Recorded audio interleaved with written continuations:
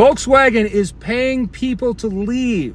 They are trying to cut costs and they're trying to cut back on the biggest expense that most employers have, which is human capital.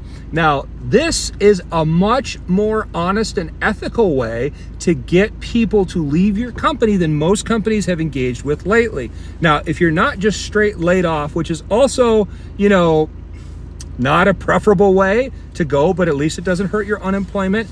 And at least it doesn't put you in a position where you feel like you did anything wrong because the company had to cut back. Maybe you're one of the least senior people and companies cut you.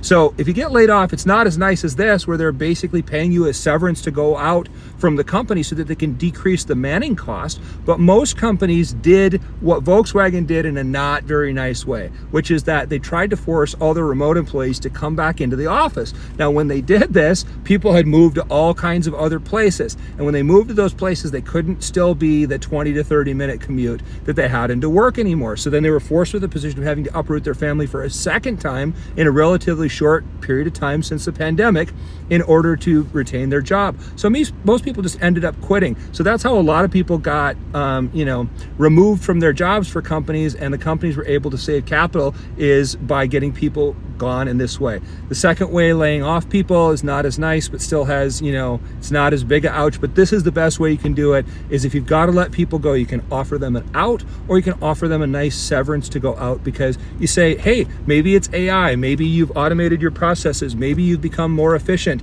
and you've upgraded your computer, your payroll, your HRAS, whatever system it happens to be at your company, and now you don't need as many people to run it. If you've invested in technology, that's a cost for employers too, and if you know that's going to be 2 or 3 less people on your team, for that team, and you say, you know what, we're going to let you have, a severance if you go ahead and leave by this date, then that's an honest way for people to leave companies and find another position where it's not going to hurt them and they're not going to away with no money, which is the hardest thing to do when you have a family and you're struggling to find any kind of a place to work.